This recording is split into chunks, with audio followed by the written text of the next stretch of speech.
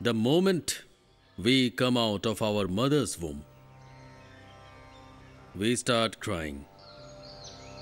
After the crying stops, you will notice that the child is blinking only one of his eyes. Open, close, open, close. This opening and closing of eye actually is a process of meditation. Because for a moment the baby keeps its eyes open for a long time. Then it sees its mother's face first, stares at her. Is in the mother's lap, he experiences the touch of the mother. He may not have the words, but still he has the expression. It expresses that it belongs to someone, where it can feel secured all the times.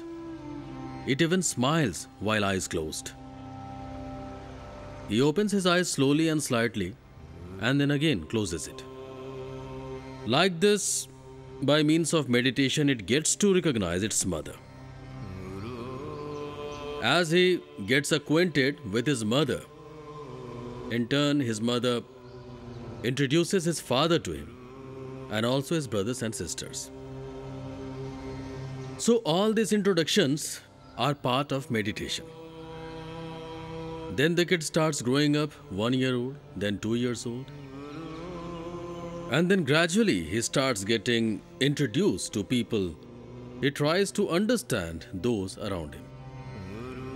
Then he starts identifying them. This is mother, this is father, this is uncle, this is auntie, this is sister, this is my elder brother, this is my elder sister, like this. As he grows up further, he is admitted to some school. Then he starts going to some kids' school. Whatever is being taught by the teacher, he tries to understand everything very attentively. There are numbers, there are words. And as he starts understanding the things, he comes back and tells his mother that today he learned about A, about B, about C. Now this kid is learning A, B, C, and he is telling you this. This means he is understanding all these things. Without focusing, he couldn't have understood ABCD. Now since he has learned ABCD, this means he is well focused. And as he gets his focus intensified, he starts grasping many other things also. As his understanding of several things improves, he develops a curiosity about various other things as well. Then they start asking you, what is this and what is that? They see something and hold them in hands and try to know how these things work. And if they fail to understand, they ask you about that. Then he grows up further, goes to school, and passing classes one after another, he is finally graduated. After graduation, he applies at different places to get a job, a work for him. And with the selection of his application, he happens to get a job. There, he tries to understand the job. And intensifying his understanding, he becomes an expert in that particular field. This simply means deeper he goes, more he understands. And more the understanding, greater is the grasping of that knowledge. Now, whatever experiences you are gaining, it is only because of your focus. Right now, whatever focus is happening, it is based only upon person, things and thoughts. What we see actually fixes the goal of our meditation. Whatever we see, our meditation is related to that very thing, is associated with that. It acquires the knowledge and provides you with expertise. Whatever field you are expert in, be it medical field, field of engineering, or field of law, or sociology, your expertise in any particular field makes you known as the master of it. And as your mastery over a subject grows, gradually you come to be known as an expert of it. And then you start experiencing the good things which are associated with that. He is best in his field. He is the ultimate in his field. These things, when we say, we actually are appreciating the different stages of our meditation. Without a proper focus, you won't succeed in your studies. Without focusing properly, you won't be able to cook. Like you are cooking something and your mind is diverted. In this situation, that stuff will be spoiled. You must have experienced this many times over. Similarly, when you are making kheer and your mind gets diverted, then the kheer will simply burn and you will get a bad smell of it. Even you can taste also the burning flavor of it. Your focus got diverted. All the great men who are born in this world, either living or dead, they have been so because of their focus alone. They, other than themselves, focused on persons, objects, and thoughts. They got fixed on that. And thus they acquired knowledge. And with this acquired knowledge, with the help of that, they obtained name, fame, riches, and wealth. Now see, right from our childhood till we get old, what is our objective? To acquire happiness and remain so. We wake up in the morning, we get fresh and go to work till we go to the bed at night. Our only objective is to remain happy. We earn money and then we buy different things. We buy different stuffs. And we try to make ourselves happy with those things. We try to find happiness in different people. So from morning till evening, till we go to sleep, our motto is to find good things. And with those good things, we try to make ourselves happy. So the procurement of happiness is ultimate.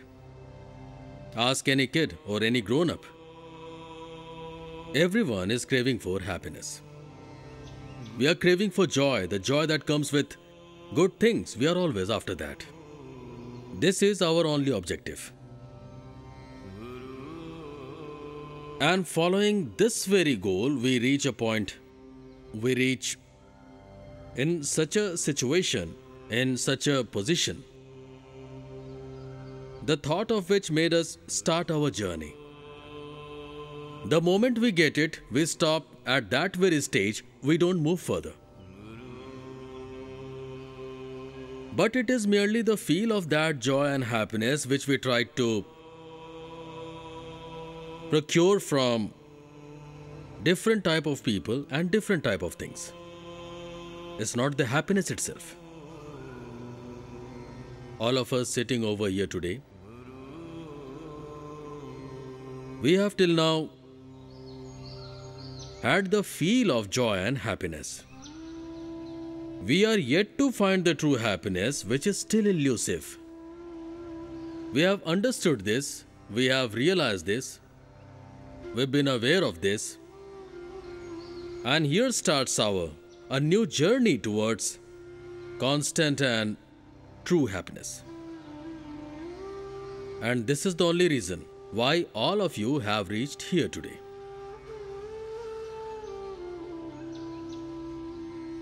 Eternal, never changing, ever continuing, infinite, we always long for this type of joy.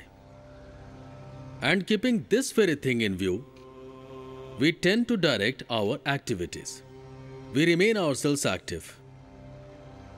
And when we get the feeling and when we come to realize that we are still very far from our goal. Then this question comes to our mind: am I really on the right path? The journey we have begun for some destination, is that a proper one? We start thinking about this, we reflect on that. And then we start realizing something is lacking. We feel there is flaw somewhere. And when we realize that there is some flaw somewhere, then we start looking for the right path. And when we start this search, then our real journey begins. All of you in your respective fields are standing in this position because of intense focus. All of you sitting over here have tried to find this happiness. And today all of you have come to this conclusion that there is no external source to happiness. Nothing seems to be coming from outside. Then what really is the happiness and where is it? How can it be obtained and what is the true path? This is the contemplation which has brought us all to this platform. All the great men, right from Nanak Ji to present ones and also the ones who were before them. And all these great men, through their introspection, through their reflection and through their meditation, have attained happiness and fixed themselves with that happiness. And when this thing happened, they were so soaked in happiness. The droplets of that happiness reached us also. And they instructed us to experience the eternal, the pure, and the infinite happiness. This happiness is attained within yourself only. And this type of happiness cannot be found anywhere outside. And all these great men, they showed us the path of journey inwards. And they instructed only one thing, that we ourselves have experienced this. That unless you explore yourself by taking to this journey within, you won't be able to find the true happiness. And this is why our journey inwards starts from focus. Obtaining the self is the aim of this focus. It's to be oneself. That is why the subject of meditation should be the self. My Gurudev Baba Muktanand always used to say these few lines: meditate yourself, worship yourself, praise yourself, always respect yourself. Experience your God, experience your own self within you. This maxim you see is very simple. Meditate yourself. This is the first mantra, the first message given to you. Why has this been said? Why Baba Muktanand has instructed you about meditation? Before we have come across this message, all our search was limited to the search outside ourselves. So whatever you had searched for, you have always attained it. You thought of money and riches and you got it. You thought of gaining knowledge and you gained it. You thought of recognition and praise of people, you got that as well. You got the name, you got the fame. All this happened because you thought of it. But the happiness remained missing. Because we never ever tried in that direction. Like our elders said, our saints said, Unless you take a turn inside, this journey of yours cannot be initiated. Almost all of you present here can drive. And you must have noticed it. Whenever we are driving looking in front of us, in order to get the acceleration, we have to put the car in first, second, third and fourth gear. But if you have to go back, then either you will take a U-turn or you would simply put your car into the reverse gear. Isn't that right? You must be noticing one thing. If you have to travel outwards from within you, in order to make that journey successful, in your mechanism, you have been equipped with more than one gear. But if you wish to stop the outward journey and take to the journey inwards, you are provided with only one gear. That is reverse gear.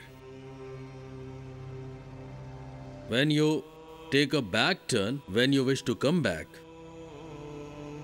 then you simply put your car in neutral and then you take the reverse gear. The car then starts moving backwards. Means we have stopped moving forward. Or we have paused, we are in the neutral state. At this point, our speed is on 0. From this 0, we take to our inside journey. Taking a reverse gear, we move inside. And the moment we turn inside, start our inward journey, our introduction to the inner world gradually begins. And this is why Baba Muktanand says, meditate yourself.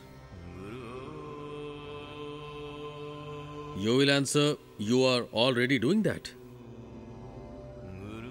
And I'll tell you that this statement of yours is wrong. 24 hours we have in a day, out of which 6 to 8 hours we spend in our sleep. When 8 hours are spent this way, we are only left with 16 hours.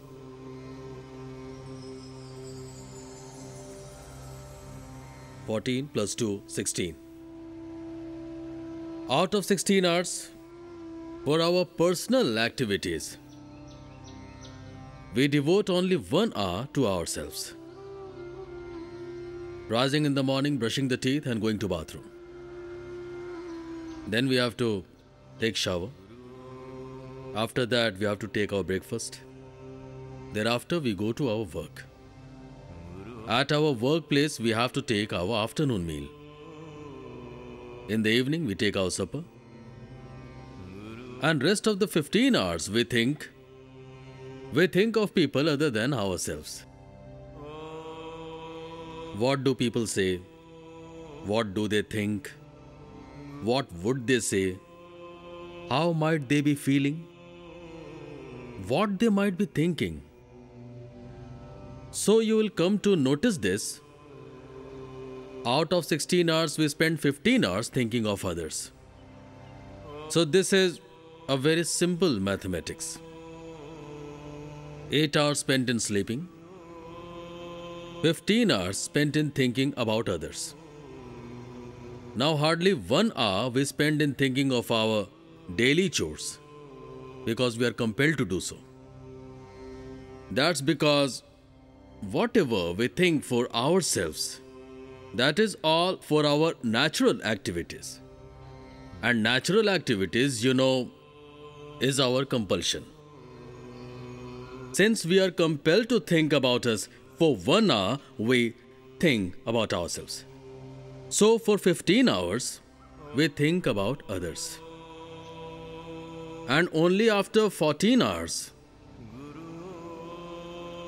we come across this very realization. What we got nothing. Pain, exertion, grief, And except problems, we got nothing at all in this 15 hours. You will get tired if you think of people. So what you achieved is tiredness. Then you simply want to go back to rest. Why does Baba say to meditate yourself?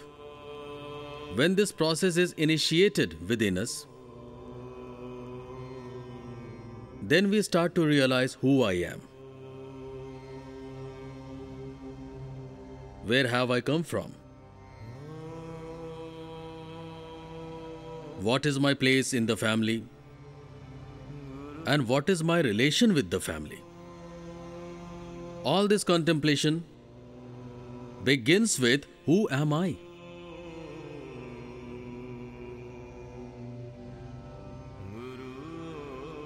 Suppose when your hand gets hurt, then you would say your hand is hurt. When you get hit on head, you say you are hit on head. Something happens to your eyes, you say my eyes are hurt. You never say that you are hurt. We say that our hand is hurt, our head is hurt. Any part of our body, if it gets hurt, we are in a habit to point out to that particular part.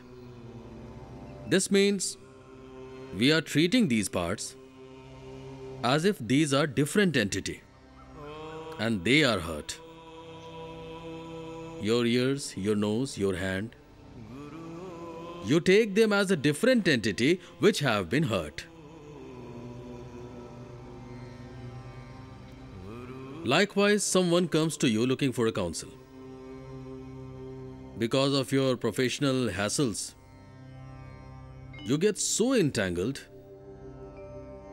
that your mind stops working completely. Or because of some incident, you get restless and exasperated. So you tell those who have come to you that, see, today I won't be able to tell you anything, since my mind is not at ease. My mind is troubled. So no suggestions today. Please come after a couple of days. And then after 2 days, you talk to your friends. So it's your mind that is not working well. It's perplexed. It is not stable. It is not well. And you think and say, your mind is not at ease, it is anxious. And you won't be meeting anyone today. My mind is not working. And these things are continuously experienced by you and is admitted to, that your mind is a separate entity and it is not working. Your mind is something different from you, which is not well, is anxious, and is not working. You never say you are anxious, because you yourself are never anxious. It's your mind that gets confused and entangled. Your conscience is uneasy. And all this uneasiness, whatever things they are associated with, pointing towards them, you say that your mind is not working, it is anxious, it is very perplexed. My conscience is not at ease. So you are saying it this way and you are realizing it as well, that your mind, intellect and consciousness is a different entity. Then who are you? This question is not over yet. The real search has just begun. Baba says, meditate yourself. So when this act of focusing begins, all those aspects which you think you are not start taking a shape. They all start showing up. Things which are unnecessarily stuck to you gradually get removed. And then whatever thing is remaining, that is free from anything which can be removed. That is you. And this is what we experience in meditation. That all such things get rejected. Everything is cancelled. And then we start realizing that whatever is left back, that is you. Now, after reaching up to this point of search, Baba further adds to this. Meditate yourself, the first thing. You please come forward. Yes, sit here.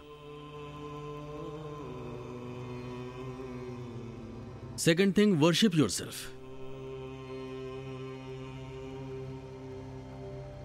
As long as you are unaware of yourself, you tend to visit temples, visit church, you go to mosques and gurdwaras, bow your head there, and then you start worshipping.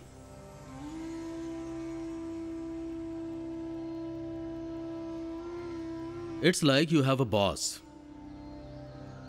Then you tend to worship him as well indirectly. You praise him if he is good. Call him words even if he is not. If he is good, then we are all praised for him. If he is not, then we abuse him. It's like this.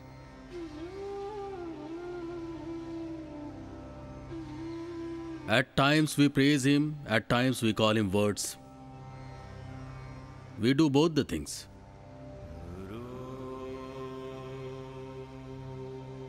But all this goes on externally, it's not inside. Visiting Hanumanji's temple, we pray to him and say, see Hanumanji, next month I am expecting my promotion. So if you get me promoted, I'll offer you 11 coconuts. Then we go to Mata's Mandir and do the same prayer there too. Mata Rani, next month I'm supposed to be promoted.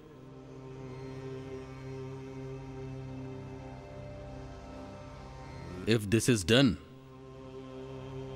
I will offer you with a beautiful chunni.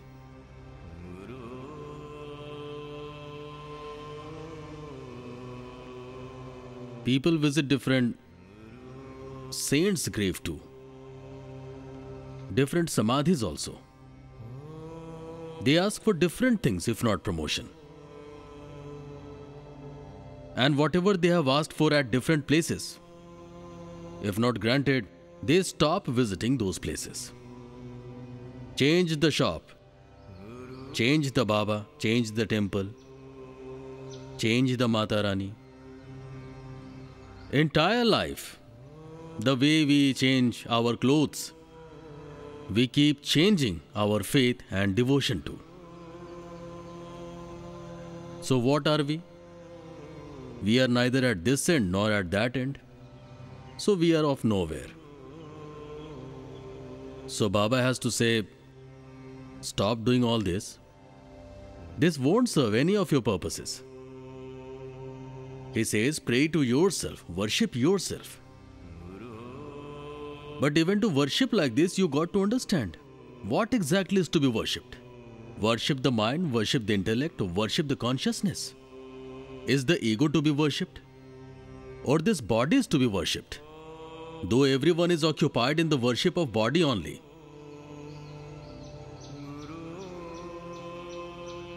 But this worship is really leading us to nowhere.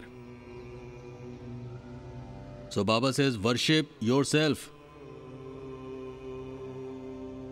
Like 15 hours are wasted in waking ourselves up. 15 hours we spend in worshipping different things. We worship everything directly, indirectly, but ourselves. Be it negative one or positive one, worship is worship. We keep doing, and having failed to achieve anything, we try different other things. And this leads to non-belief. There was a time when Hanumanji was very much liked. If in a hurry, we used to stop the car for a while and do like this and then go ahead. Mumbai and Pune has also advanced a lot. Small kids go to school on bicycle. And if it is exam time, they study till 9 at home, exam is at 11. They start for their own cycle and reaching at Hanuman Mandir by 10. They stop for a while, they don't even get down. They place their foot on the footpath. One hand, the left hand, is on the cycle sandal. And standing there only, they speak aloud, "Hi honey." Hanumanji has become their honey. They simply shoot off, "We are going for exam. Please take care of us." The entire year was spent playing. Now what would poor honey do? So the result was not good. Every day sweets were offered in the Hanumanji's temple. Now if you have enough time, then you visit the temple and then you pray. Bundi is offered on Tuesdays, which is then distributed after parikrama, the prasad. If there is no time, then we simply do like this and then just go away. Now honey did not help. God failed in the subject. Now honey has become an enemy. Let honey go to hell. In spite of crossing honey's temple many times over, we don't care even to do like this. Now honey has got blacklisted. Now it's time to explore Ganeshji. Now honey is dropped, Ganeshji comes into the scene.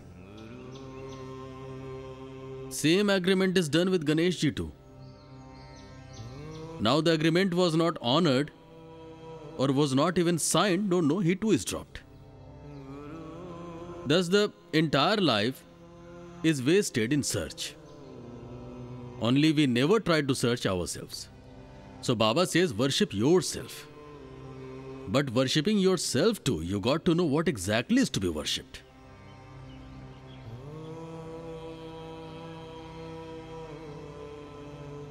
Just now I told you your mind is not well, it is perplexed. It is not working well. You are not cool and composed. All those who meditate face these problems. I am telling you the problems. Whenever I do it, whenever I meditate, I am struck with many thoughts. This is the problem. And the solution to this is, we come across the experiences of our life only. So don't get afraid of them. If thoughts are coming, then let them come, don't worry about them. You just cannot. It is very difficult. So, you cannot stop the traffic and keep driving as well. If the traffic is moving, then neither you will dash the vehicle ahead of you, nor will you be dashed by rear. With alertness, everyone will keep driving. The traffic will be there. You have to drive your car safely from amidst that traffic. Similar is the situation here. When it's said meditate yourself, worship yourself, then what is to be worshipped? We cannot worship our mind or our heart, because mind, conscious, intellect and ego are born after you. They are not born with you even. They are born after you. See, you always touch the feet of those who are elder to you, you greet them. You never touch the feet and greet the kids, because you know it's only a kid. So the mind, intellect, conscience and ego are ejected from the list of worship. The body cannot be worshipped because it is being used as an instrument. The thing which is being used as an instrument, status-wise, it is quite inferior to you. So you cannot worship the body. Then you come to realize this, that there is someone who runs this body. This mind, intellect, ego and conscience is also run by someone. You can feel this thing, but which cannot be shown.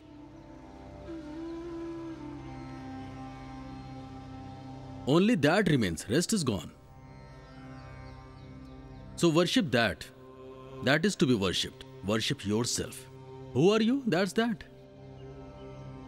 That which runs everything, and because of which only everything is active.